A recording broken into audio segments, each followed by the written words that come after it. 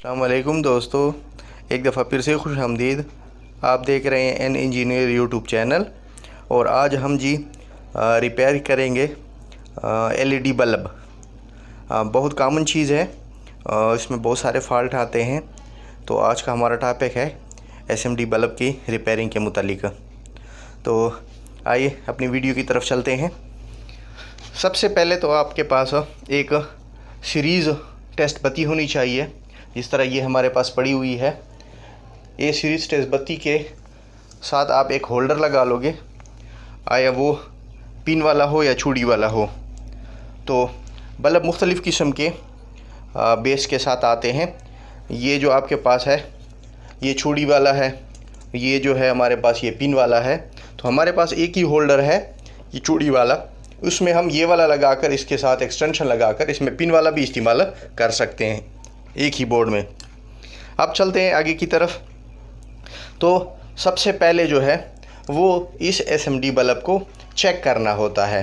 जैसे ही हम इसको टेस्ट बत्ती में लगाते हैं सीरीज़ लैंप में, तो ये देखें ये अब ऑन नहीं हो रहा।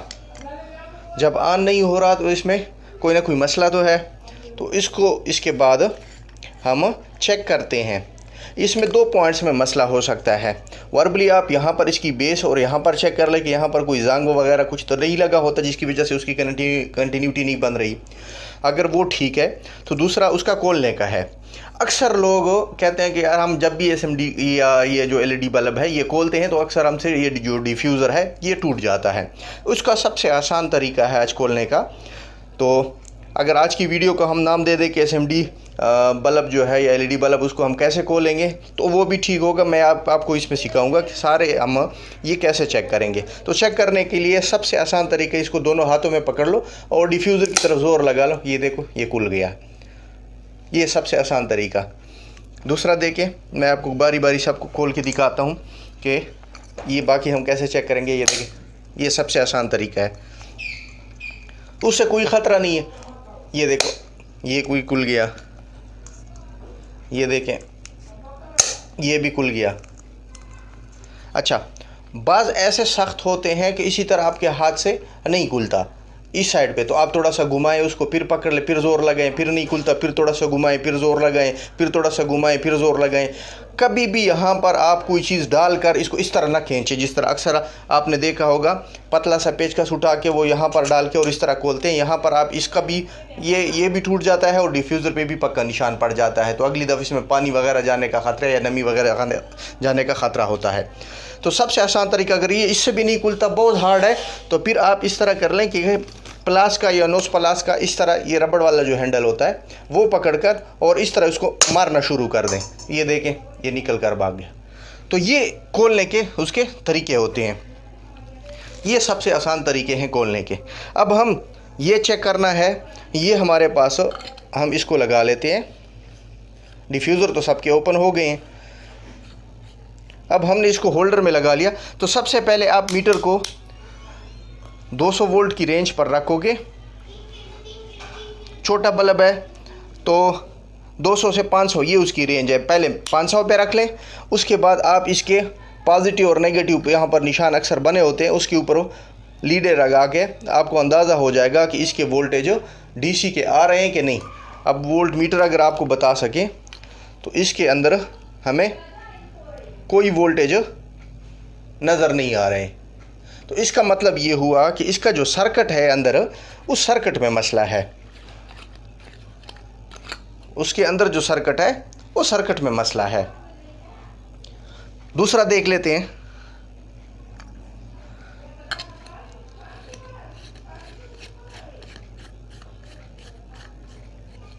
इसको लगाने के बाद हम इसके पॉजिटिव और नेगेटिव चेक कर लेते हैं। तो ये देखें ये 7 वाट का है और इसके जो वोल्टेज आ रहे हैं वो 321 डीसी वोल्ट आ रहे हैं जो सर्किट से निकल कर आ रहे हैं। तो इसका मतलब ये हुआ कि इसका सर्किट ठीक है। उसकी ये एलईडी है एसएमडी एलईडी, इसमें मसला है।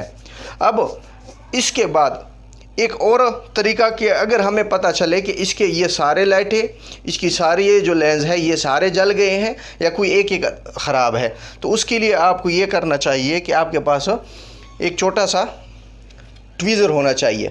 उसके ऊपर आप बारी बारी इस तरह इसको चेक करते जाएं, जिसमें से कोई एक ख़राब होगा तो जैसे आप उसको शार्ट करोगे तो वो ऑन होना शुरू हो जाएगा। जैसे ये वाला इन दोनों को ऑन कर रहा है तो उसका मतलब ये भी ख़राब है और इसमें से बाकी भी ख़राब होंगे जो साथ साथ, ये देखें इसकी करने से ये ऑन हो जाता है। तो इसमें 2 या 3 LED ख़राब है।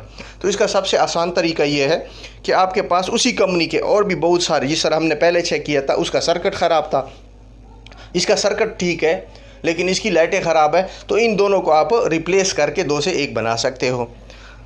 ये तो हो गया इसका सादा तरीका रिपेयरिंग का। अब अगर फ़र्ज़ कर लें हमारे पास एक तो बन गया, दूसरे का क्या करेंगे? दूसरे का हम ये करेंगे कि हमारे पास इस तरह की DOBs आती है। ये 12 वाट की DOB है, ये हमारे पास 15 वाट की DOB होती है। DOB का मतलब क्या होता है? DOB का मतलब होता है कि direct on board. Direct on board का क्या फंक्शन है? इसको किसी ड्राइवर की ज़रूरत नहीं होती, इसको हम डायरेक्ट ये नेगेटिव और ये जो है इसका पॉजिटिव, ये मैंने आप समझाने के लिए पहले से एक तैयार रखी हुई है ताकि टाइम ज़ाया ना हो हमारे पास। न्यूट्रल पे मैंने ये 4 कोर केबल है, 2 इस तरफ लगाए हैं, 2 इस तरफ लगाए हैं। आप इस तरह की केबलें 2 उठाकर इसकी लेंथ के मुताबिक, जिस तरह इसकी लेंथ होती है बल्ब की, उसकी लेंथ के मुताबिक इसको काटें, एक लाइन पे लगाएं और एक न्यूट्रल पे लगाएं। कलर अलग अलग रख लें तो आप लोगों को आसानी होगी। तो इसको हम डायरेक्ट 220 के साथ सप्लाई देते हैं तो ये डायरेक्ट ऑन हो जाती है। ये मैं सीरीज़ लैंप यहाँ होल्डर से खोल रहा हूँ। अब ये हमारे पास SMD है, इसकी एक पॉइंट पर मैं नेगेटिव दे रहा हूँ और सीरीज़ का, डायरेक्ट का कभी ना दे। ये देखें इसको दूसरी साइड पे मैंने रखा हुआ है, सीधा करेंगे तो इसका रिज़ल्ट कैमरे का वो फोकस नहीं करता। तो ये देखें ये डायरेक्ट DOB है, ये डायरेक्ट सप्लाई के साथ ऑन हो जाता है। इसको किसी भी चीज़ की ज़रूरत नहीं पड़ती सर्किट वगैरह की। तो जो एक ही कंपनी के पास आपके पास बहुत सारे आ जाते हैं, तो किसी का सर्किट का मसला होता है तो किसी की लाइटिंग का मसला होता है, तो आप इस तरह कर लें कि ये वाला सर्किट निकाल कर इसमें डाल लें। तो ये वाली इसकी लाइटिंग ठीक थी तो सर्किट ख़राब था, तो हम इसमें से एक कंपनी का बना कर दे सकते हैं और ये बेहतरीन कंपनी का होकर काम करता है। DOB लगाने का तरीका क्या है, इसको हम कैसे लगा सकते हैं? पहले तो मैं आपको 1-2 दिखा दूँ। ये देखें, ये हमने 18 वाट की लगाई हुई है इसके, या 15 वाट की बड़े बल्ब के लिए। ये हमारे पास छोटा 7 वाट का, तो इसमें हमने ये 7 वाट की DOB लगाई हुई है। देखें डायरेक्ट लाइन और न्यूट्रल, ये 2 तारें आ गई और डायरेक्ट पीछे से कनेक्ट है। अब हम बाकी सर्किट को कैसे खोलते हैं? ये तो डिफ्यूज़र का खोलना हुआ। अब हम बाकी सर्किट को कैसे खोलते हैं? फ़र्ज़ करें हमने खोलना है ये वाला सर्किट, ये हमने पूरा खोलना है। अब हम इसको पूरा कैसे खोलेंगे? हमें कैसे पता चलेगा कि इसके अंदर हम सर्किट कैसे निकालेंगे, रिप्लेस कैसे करेंगे? सबसे पहली बात, आपने उसका ये वाला जो पॉइंट है सेंटर वाला, इसको इसी तरह, ये हमारे पास ब्लेड है केबल नाइफ़ का, या आप इस पतले मुंह वाला ट्यूज़र भी उठा सकते हो। तो मैं अक्सर इसी से करता हूँ, लेकिन एहतियात करें ये बहुत शार्प होता है। तो ये उसका मेन पॉइंट निकल आया। इस चीज़ को खोलने का, ये अक्सर लोगों को ये भी मसला होता है कि हमारे पास पीछे जो भी कैप होती है ये नहीं खुलती। तो इसका सबसे आसान तरीका ये है, आप इस तरह हाथों को साइड से बारी बारी चेक कर लें, लूज़ हुआ तो ये खुल जाएगा। अगर ये नहीं खुलता तो ये तरीका आपको किसी ने नहीं बताया होगा, बहुत ही आसान तरीका है। इसमें होल्डर में जब हम लगाते हैं तो ये स्टार्ट वाली चूड़ी उसमें होल्डर में जाती है जब तक उसका ये मेन सेंटर लग नहीं जाता सेंटर वाले में। तो आपने उसको इस बेस वाले साइड से पकड़ना है, इस तरह नोस प्लास से। नोस प्लास को फुल जोर नहीं देना, आपने प्रेस सिर्फ पकड़ के रखना है और इसको मामूली सा साइड पे करना है इस तरफ। ये देखें ये खुल गया, थोड़ा टेढ़ा हो गया है लेकिन ये बहुत नरम मटेरियल का होता है। जब आप दोबारा इसको डालोगे तो ये बिल्कुल इसमें सीधा हो जाता है, इसमें कोई मसला नहीं होता। दूसरा तरीका, अगर ज़्यादा आपने ज़ोर लगाया हो, ज़्यादा टेढ़ा हो गया हो, तो इसमें नोस प्लास डालकर इसके बेस वाले ये जो सिरे हैं कैप, ये सीधे कर लें। इस तरह गोल गोल ज़ोर दे दें और नोस प्लास को बाहर की तरफ खींचते जाए इस उंगली से। ये देखें इस तरह, तो ये सीधा हो जाएगा। ये देखें अब ये दोबारा बेहतरीन लगेगा, मैं आपको दोबारा दिखा भी देता हूँ। दूसरा, पिन वाला हम कैसे खोलेंगे? ये तो हो गया इसका, पिन वाला कैसे खोलेंगे? ये बारीक ट्वीज़र है, इससे भी आप इसको खोल सकते हो।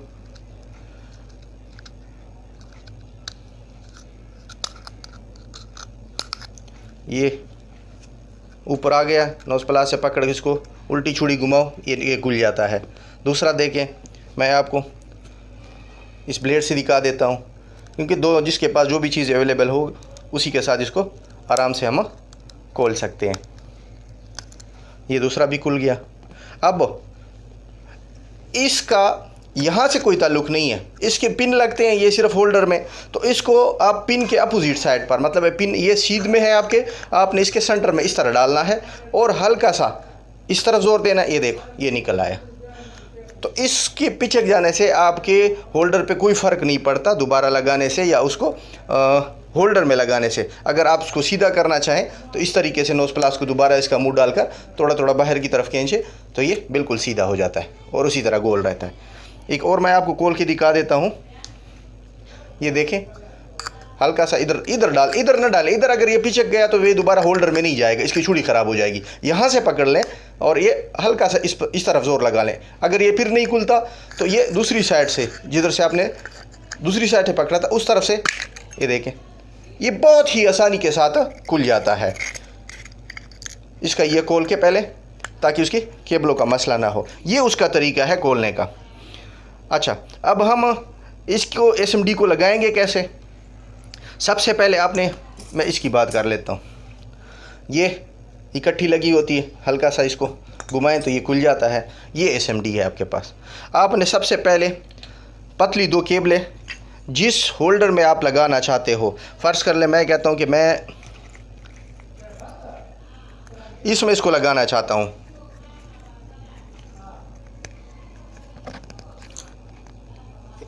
एक होल्डर को मैं फारिग कर दूं ताकि समझाने में आसानी हो।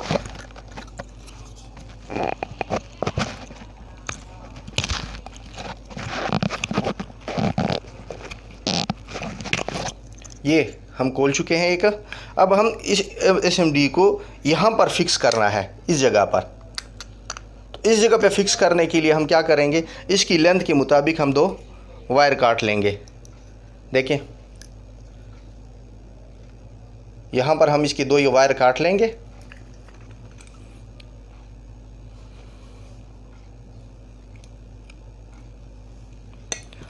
दूसरी वायर से भी हम इतना ही टुकड़ा काट लेंगे।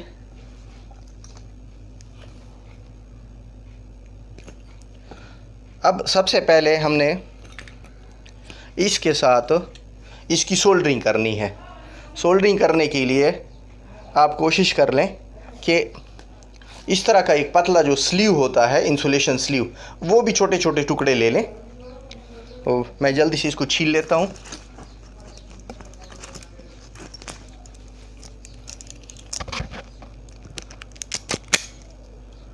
ये स्ट्रैपर से मैंने एक सिरा इसका छील लिया, इसका ये दूसरा सिरा छिल रहा, और इसको इन दो पॉइंटों पे सोल्डरिंग कर लोगे, एक यहाँ पर और एक यहाँ पर। इन दोनों की सोल्डरिंग जब हो जाए तो ये इंसुलेशन स्लीव जो है ये आप इसके ऊपर चढ़ा दोगे और फ्रंट साइड पे ले आओगे, जैसे कि मैं आपको दिखा दूं।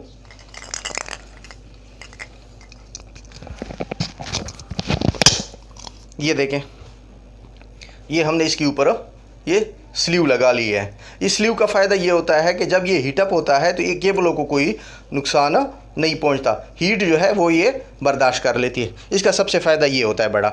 अच्छा, दूसरी बात, जब ये हो जाएं और उसके पास ये भी हो जाएं तो इसके बाद आपने इसकी केबलें अंदर की तरफ निकाल कर इस मेन होल में इसको यहाँ पर रख लोगे और उसकी दोनों केबलें निकालोगे। जब दोनों केबलें निकाल लोगे तो वो अगर आपके पास चूड़ी वाला है या ये पिन वाला है तो दोनों तारे यहाँ पर निकाल लोगे, एक यहाँ पर एक यहाँ पर। इसकी इंसुलेशन छील कर आप इसके ऊपर छिली हुई इंसुलेशन की जगह पे आप एक यहाँ पर लगा लोगे और दूसरा इसकी दूसरी पॉइंट पे। अगर ये है चूड़ी वाला तो एक सेंटर से निकाल लोगे और दूसरा जो है वो आप इसकी किसी कोने से इंसुलेशन उतार कर इस कोने में यहाँ पर ले आओगे और सेंटर वाला सीधा जाएगा यहाँ पर। उसके बाद आप इसके केप को दोबारा इसी तरह फिट करके इसके ऊपर प्रेस करके और पीछे से हथेली का ज़ोर देकर, ये देखें, टक की आवाज़ के साथ बंद हो गई है मुकम्मल। तो ये है बल्ब के इंस्टॉलेशन। तो उम्मीद है कि ये वीडियो आपको पसंद आई होगी और आपने इसमें कुछ सीखा होगा। और इस वीडियो को बनाने का मेन मकसद ये है कि आप इसको प्रोफेशनली तौर पर भी इस्तेमाल कर सकते हो, यानी कोई अगर इसका कारोबार करना चाहें तो सबसे आसान काम उसके लिए ये DUB वाला। और इस DUB में एक ख़ास बात जो मैं आप लोगों को बताना भूल गया हूँ कि जब भी आप किसी SMD को उठाएं और उसकी जो अब आप यहाँ पर सोल्डरिंग कर दें, तो सोल्डरिंग के बाद इस तरह ये जो है हाई टेम्परेचर कंडक्टिविटी, ये एक पेस्ट होता है जिसको हम अपनी ज़ुबान में थर्मल पेस्ट कहते हैं। ये थर्मल पेस्ट का इस्तेमाल इसकी बैक साइड पर इस तरह कर लें ताकि ये सारा जो है इसका बैक साइड इसके ऊपर ये थर्मल पेस्ट सारा लगाना होगा। इसकी फ़ायदा क्या होगा, ये इसको पूरा रंगना है। इसका फ़ायदा ये होगा कि ये जब गर्म होगा तो इसके नीचे जो हीट सिंक पतरी लगी होगी उसके साथ उसकी कंडक्टिविटी ठीक बनेगी, और कंडक्टिविटी ठीक बनने के साथ साथ वो जो है वो हीट डिसिपेट आसानी से कर लेगा। जिस तरह मैंने आपको पतरी दिखाई थी पिन वाला जो हमने खोला था, तो उसके लिए ये जो चीज़ है वो बहुत ही बेहतरीन होती है। तो कंडक्टिविटी अच्छी होगी तो ये हीटअप नहीं होगा, उसकी कूलिंग आसान होगी। कूलिंग आसान होगी तो इसका मतलब ये है कि ये जल्दी ख़राब नहीं होगा। यानी ये जो उसकी पतरी है, ये वाली पतरी, ये इसके साथ आसानी के साथ ये अपना ताल्लुक़ बना देता है। ये देखो ये चिपक गया है उसके साथ। तो ये उसका तरीका होता है। ये वाला जिस तरह ये पेस्ट है और इसके ऊपर ऑलरेडी पेस्ट लगा हुआ है कंपनी की तरफ से, तो ये यहाँ पर लगाकर अगर आपने ड्रिल करना चाहो तो ड्रिल भी कर सकते हो। पतला सा जो मैं इस्तेमाल करता हूँ बीटो, मैं यहाँ पर इन 2 सुराखों में ये ड्रिल कर जाता हूँ। और इस ड्रिल के बाद इस यहाँ पर 2 mm के ये चूड़ी वाले जो स्क्रू है वो लगा लेता हूँ। ये जो स्क्रू है वो यहाँ पर होल करके इन दोनों सुराखों में ये लगा लेता हूँ। तो इससे उसकी जो कंटिन्यूटी है, कंडक्टिविटी है, वो बेहतरीन बन जाती है। ये देखें यहाँ पर हमने ये 2 स्क्रू भी लगाए हुए हैं। तो इस स्क्रू का फ़ायदा ये होता है ये चिपक कर बैठ जाता है, तो इसकी हीट डिसिपेट आसानी से हो जाती है। तो ये कुछ ट्रिक्स थे इनको कामयाब बनाने के लिए। अक्सर लोग कहते हैं यार ये LED कामयाब नहीं है और ये रिपेयर जो है इसका ये ठीक नहीं होता। अगर तरीके से कर लें तो ये बेहतरीन है। और अगर आप इसी तरह खाली लगा लें तो ये लाजमी बात है कि आपने अगर कुछ पॉइंट्स उसके मिस कर दिए हैं तो लाजमी बात है कि उसकी एफिशिएंसी 100% नहीं होती। तो ये बेहतरीन कारोबार है बेरोज़गारी को ख़त्म करने के लिए या पार्ट टाइम जॉब करने के लिए। आराम से इज़्ज़त में अपने घर बैठकर ये काम आराम से कर सकते हैं। और आजकल जो इसका रेट चल रहा है तकरीबन 90 से 100-120 के दरमियान ये रिपेयरिंग के लिए आती है। और इसकी नई जो कीमत है वो तकरीबन 200-220 से नई LED की जो कीमत होती है इतनी होती है। तो रिपेयरिंग आधे कीमत में हो जाती है। तो हर कोई नया नहीं ले सकता, दोबारा रिपेयर भी ठीक हो जाती है, काम भी ठीक करती है। तो आज की वीडियो फाइनल यहाँ तक थी। उम्मीद है आप लोगों को वीडियो पसंद आई होगी। अगर वीडियो पसंद आई है तो लाइक करें, शेयर कर लें, और अगर कोई नया बंदा है चैनल पे आया हुआ तो मेहरबानी करके उसको सब्सक्राइब भी कर लें ताकि हमारे आने वाली वीडियो का नोटिफिकेशन आप तक आराम से मिलता रहे। मिलते हैं किसी नेक्स्ट वीडियो में, तब तक खुश रहे और खुश रखिए। ओके जी, अल्लाह हाफिज़।